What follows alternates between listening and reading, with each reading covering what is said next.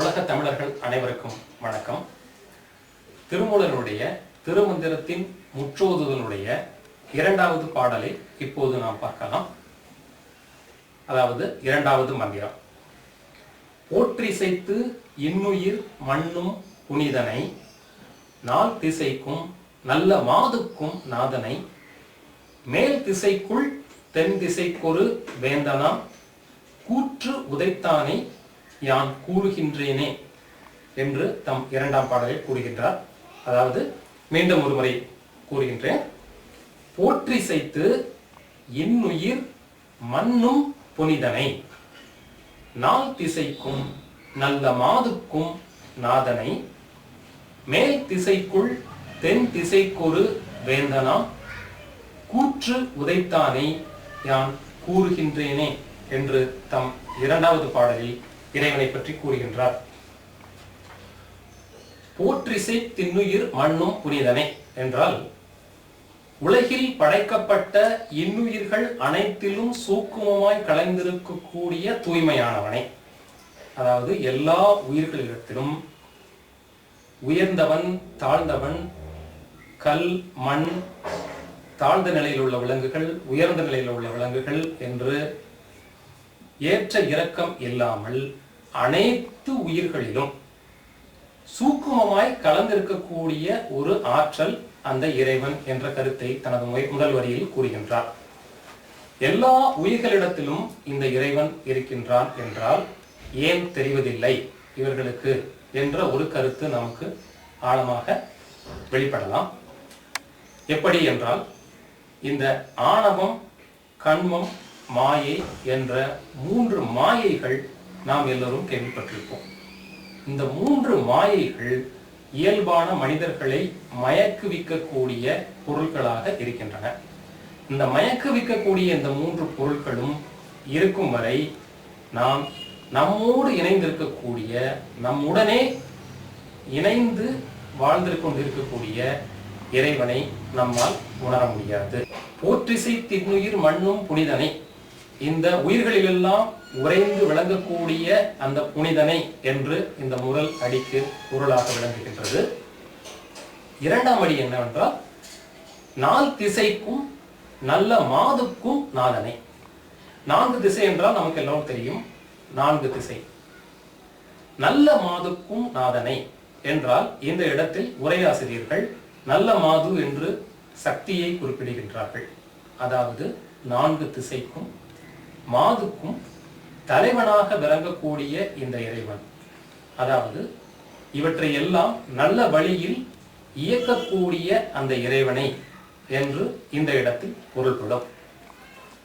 அடுத்த அடி, மேற்றிசைக்குள் தென் திசைக்கொரு வேந்தனாம், கூற்றனை கூற்றுதைத்தானை என்று குறிப்பிடுகின்றார்.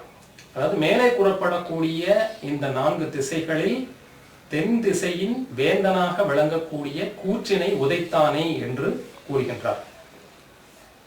இந்த நான்கு திசைகளில் தென் திசைக்கு வேந்தனாக, அரசனாக, காவலனாக விளங்கக்கூடியவன் இயமன் என்று சொல்லக்கூடிய காலன், கூற்று என்று தமிழர்களால் அழைக்கக்கூடிய யமன். எப்படி என்றால், நம் உடலில் உயிர் நம் உடலை விட்டு பிரிந்து போன பிறகு அந்த உயிரற்ற இறந்தவர்களினுடைய உடலை ஒவ்வொரு ஊரிலும் இருக்கக்கூடிய தென் திசையில் இருக்கக்கூடிய ஒரு மயானத்தில் வைத்து இறுதிச் சடங்குகளை நடத்துவார்கள். இதற்கான அடிப்படை காரணம் தென் திசையில் இருக்கக்கூடிய ஏமனை நினைத்துதான். அதாவது தமிழர்களிடையே ஒரு கருத்து உண்டு, நம் உயிர் சக்தி என்பது ஆன்ம சக்தியாக மாறும்போது, இந்த இடத்தில் தமிழர்கள் நன்றாக கவனிக்க வேண்டும், உலகிற்கே உயிர் பிரிந்து என்னவாக மாறுகிறது என்ற கருத்தை கூறியவர்கள் நமது சித்தர்கள் மட்டுமே. அதாவது ஒரு ஆற்றலை ஆக்கவோ அழிக்கவோ முடியாது என்பது நவீன விஞ்ஞான கருத்து. இந்த உயிர் என்பதும் ஒரு ஆற்றல். இந்த உயிர் ஆற்றல் நம் உடல், அதாவது சப்ஸ்டன்ஸ், இந்த உடலை விட்டு பிரிந்து செல்லும் போது வேறு ஒரு ஆற்றலாக மாறுகின்றது.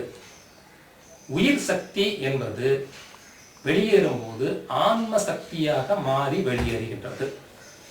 இந்த ஆன்ம சக்தியாக மாறி வெளியேறக்கூடிய அந்த உயிர் அல்லது அந்த ஆன்மா தென் திசையில் இருக்கக்கூடிய ஒரு புள்ளியை நோக்கி நகர்ந்து குவிகின்றது என்று தமிழர்கள் கருதுகின்றார்கள். இதைத்தான் தமிழர்கள் இறந்தவர்களை வழிபாடு செய்வதற்கு தென்புலத்தார் வழிபாடு என்று கூறுகின்றார்கள். எனவே தென் திசைக்கினுடைய தலைவனாக விளங்கக்கூடியவன் யமன், அவனை உதைக்கக்கூடிய ஆற்றலை பெற்றவன் இறைவன். அவனை உதைக்கக்கூடிய ஆற்றலை நமக்கெல்லாம் ஏற்படுத்தி தரக்கூடியவன் இறைவன். எப்படி என்றால், இறைவனை நாம் முழுமையாக உணர்ந்த போது இதை நாமால் சாதிக்க முடியும் என்று திருமூலர் கூறுகின்றார்.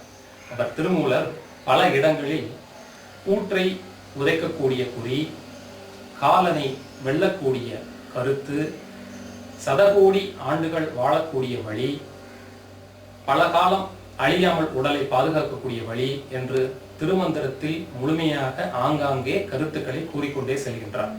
அந்த வழிகள் எல்லாமே நவீன அறிவியலால் புரிந்து கொள்ளக்கூடிய கருத்துக்களாகவே இருக்கின்றன. இந்த கருத்துக்களின்படி வாழ்வை நாம் அமைத்துக் கொண்டால் அந்த கூற்று என்று சொல்லக்கூடிய யமனை உதைக்கலாம் என்று இந்த கருத்தில், இந்த பாடலில் தெரிவிக்கின்றார். யமனை வெல்லக்கூடிய ஆற்றல் நாம் மார்க்கண்டேயன் இந்த போன்ற புராணங்களில் பல விதமான கருத்துக்களை நாம் செவி வழியை கேட்டிருப்போம், புராணங்களில் இதிகாசங்களின் வழியாக கேட்டிருப்போம்.